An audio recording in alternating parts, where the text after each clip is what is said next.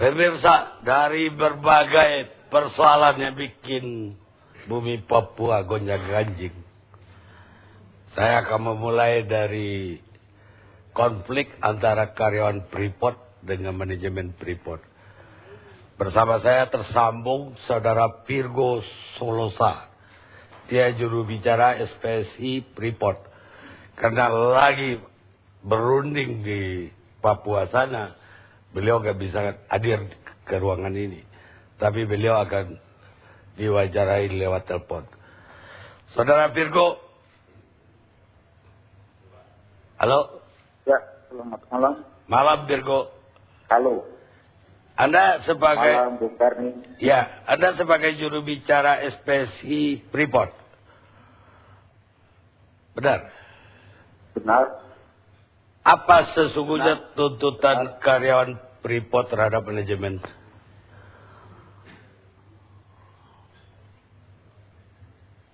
Baik, pertama-tama kami dari organisasi mengucapkan selamat malam untuk peserta Indonesia Ikhlas.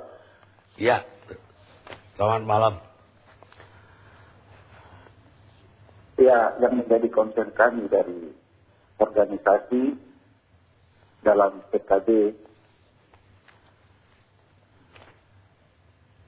Ya, terusin. Ke-17 ini kami berjuang untuk mengangkat harkat dan martabat anak bangsa yang bekerja di perusahaan kelas dunia.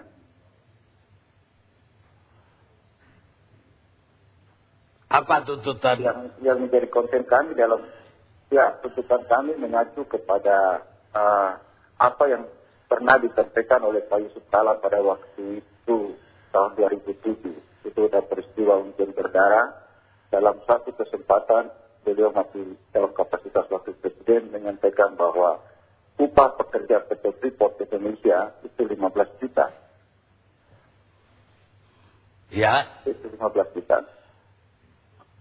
Sehingga kenapa karyawan itu harus ribut lagi atas menuntut? Itu suatu fakta yang disampaikan oleh beliau pada waktu itu.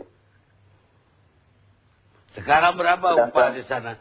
Ternyata upah kami yang sekarang itu tahun 2007. Sekarang upah kami yang terendah itu 3.316 atau setara dengan 2.1 dolar per jam. Itu sebulan? Ini yang membuat sehingga kenapa? Itu sebulan atau? Ya, kalau. Baik, terus Anda maunya dinaikkan jadi berapa? Ya. Sekarang permintaan kami mengacu kepada 7.5 dolar per jam atau setara dengan 67.500. 67.500 per bulan. Per jam. Per jam. Ya. Itu berapa kira-kira sebulan? Itu untuk yang terendah 11 juta. Upah pokok kami 11 juta. Dari 3 juta Anda mau naik jadi 11 juta gitu.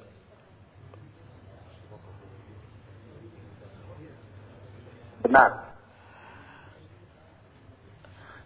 Manajemen Benar. mampunya berapa? Atau bersedianya berapa?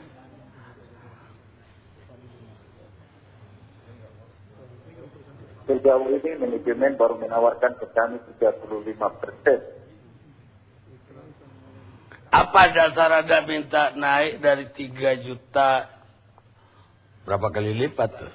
Jadi 11 hampir 4 kali lipat. Ya, karena keuntungan perusahaan, kami melihat kepada kondisi keuntungan perusahaan, di mana kita ketahui Freeport secara keseluruhan itu ada 13 perusahaan. 13 perusahaan yang tergabung di dalam FTX, dan keuntungan Freeport Indonesia adalah primadona FTX.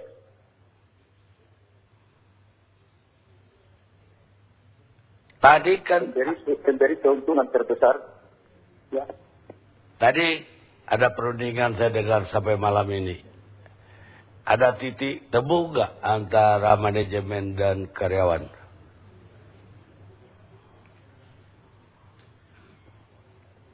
Ya, sampai tadi kami berunding, itu belum ada titik temu karena kami sudah berusaha membangun satu komunikasi yang baik secara kekeluargaan antara pihak manajemen dengan kami. Cuma kami terganggu dengan kondisi di mana ada rencana pembongkaran secara paksa yang dipimpin langsung oleh Pak Kapolda. Anda tidak berasa pertanyaan saya nggak berasa ketinggian Anda minta 4 kali lipat dari yang sebelumnya?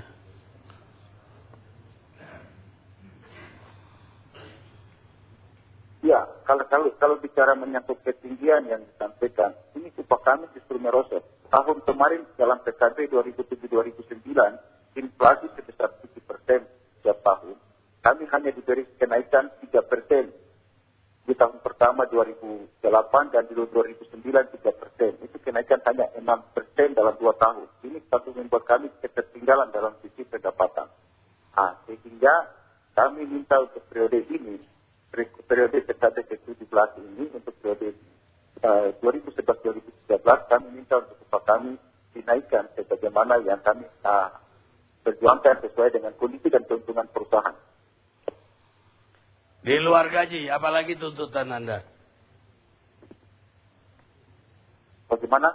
Di luar soal kenaikan gaji, apalagi tuntutan karyawan sampai deadlock dengan manajemen? Kami hanya berbicara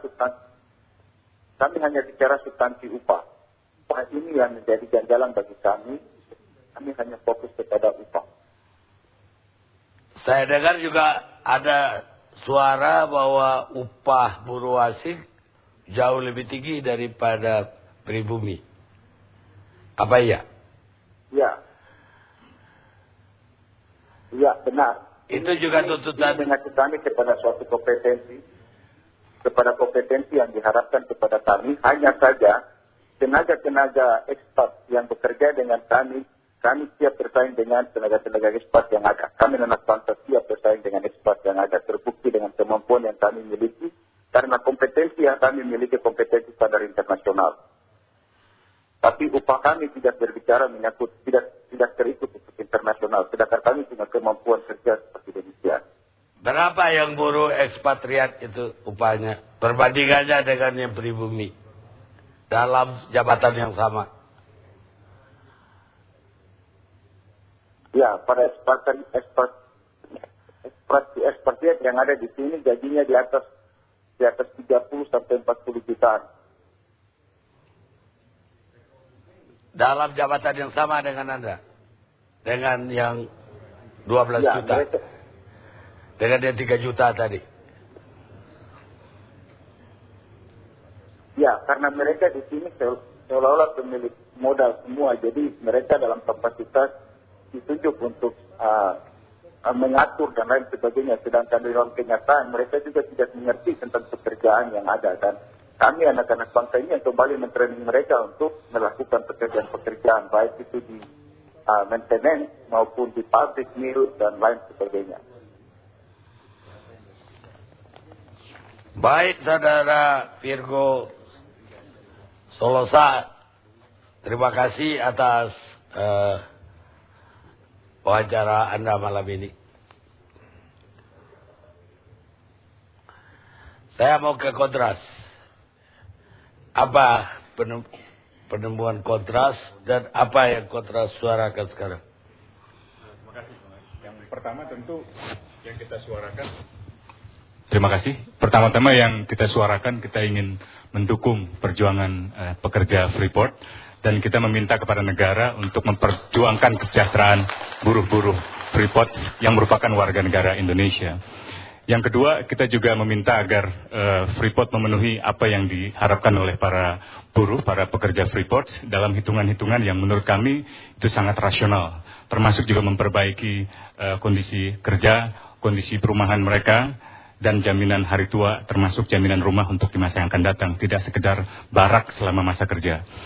Yang kedua, di luar soal Freeport, saya kira kehadiran hukum yang adil di Papua. Apakah itu penembakan terhadap warga sipil, penembakan terhadap warga negara asing, ataukah itu penembakan terhadap anggota polisi atau anggota TNI. Saya kira yang paling parah di Papua adalah ketidakhadiran keadilan. Berapa banyak hakim yang kita kirim yang terbaik, berapa banyak jaksa yang kita kirim yang terbaik, berapa banyak polisi-polisi terbaik yang kita kirim. Saya kira kalau kita punya kemandirian hakim, kemandirian peradilan di Papua, hukum berfungsi dengan baik, maka kalau ada korupsi, pasti dengan sendirinya akan diberantas. Kalau ada penembakan, pelanggaran hukum, pasti dengan sendirinya akan ada keadilan, penghukuman pelaku, dan pemberian keadilan bagi korban. Yang ketiga tentu dalam konteks politik. Saya kira dalam konteks politik, bagaimanapun juga tuntutan-tuntutan merdeka itu tidak bisa diabaikan, harus dibicarakan. Tentu dibicarakan dalam konteks yang baik dan bukan dengan penggunaan senjata kekerasan. Kalau penggunaan senjata kekerasan atau penempatan pasukan TNI yang besar, kita harus bertanya lagi, apakah skenario Papua sudah kita nyatakan sebagai skenario perang sehingga yang berlaku adalah hukum perang, atau skenario konflik bersenjata sehingga yang berlaku adalah hukum perang, dan seterusnya. Dan di dalam perang pun bahkan saya kira ada beberapa prinsip yang harus dihormati, termasuk prinsip kemanusiaan. Anda datang ke Papua kapan terakhir? Terakhir, saya datang minggu lalu. Saya datang ke lokasi tempat pembubaran Kongres Rakyat Papua. Saya datang ke Nafri, satu wilayah yang dianggap wilayah kekuasaan konflik kelompok bersenjata Dani Kogoya, di mana anggota TNI 1 orang tewas dan 6 orang warga sipil. Ada datang nggak kepada buruh-buruh yang... Bagaimana? Buruh yang lagi... Orang dari kontras yang lain, Haris Azhar, koordinator yang sekarang, datang menemui buruh-buruh di Timika dan bersolidaritas menyampaikan dukungan kami sebagai kontras kepada perjuangan buruh-buruh Freeport. Jadi kami berdua, saya sebagai ketua Dewan Pengurus Kontras datang ke luar Apa Timika. menurut Anda memang timpang gaji mereka? Saya kira timpang. Dari 3 juta minta 12 juta tadi. Saya sudah menghitung, misalnya begini, gaji yang terendah dari non-staff yang sekarang ini berdemonstrasi, itu gaji dasarnya 3,3 juta. Lalu bonus 800 ribu, overtime itu 4 juta sampai 7 juta.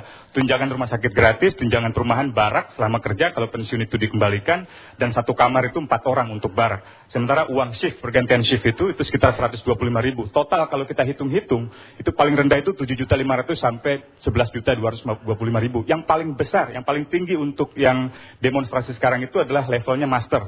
Level master itu gaji dasarnya 5.500.000. Nah, gaji dasar dari 3.300.000 sampai ke 5.500.000 ini, kalau pekerja tidak masuk maka dipotong. Padahal di dalam perusahaan yang umum atau di dalam kantor saya di Kontras, yang dipotong kalau tidak masuk harian. Anda berasa timpang dengan apa? Dengan pendapatan mereka dong, dengan pendapatan Freeport. Misalnya kalau kita hitung penghasilan Freeport, berapa tadi Pak Karni menghitung pajaknya, 18 triliun. Dari 18 triliun itu untuk masuk ke Papua, misalnya kita ambil bukunya Pak Baswebu di sini. Tahun 2007, dari 18 triliun pajak Freeport kepada pemerintah Indonesia, hanya masuk ke Papua hanya 220 juta. Berarti uang itu kemana? Itu, barusan Pak Kala bilang dari 18 T yang masuk ke Papua justru 50. Katakanlah itu masuk ke Papua 50% atau 50 triliun. Berapa tadi? 50 triliun. 50 triliun. Kalau misalnya itu tidak dialokasikan dengan baik, kalau ada penyalahgunaan. Artinya manajemennya, bukan pemerintah pusat tidak memberikan. Pemerintah pusat punya tanggung jawab untuk memastikan pengawasan terhadap pengelolaan negara. Pengawasannya. Kalau ada korupsi di dalam konteks pengelolaan negara, ada hukum yang ditegakkan. Saya hanya meluruskan, jangan seolah-olah masih zaman Barnabas, kita istirahat sejenak.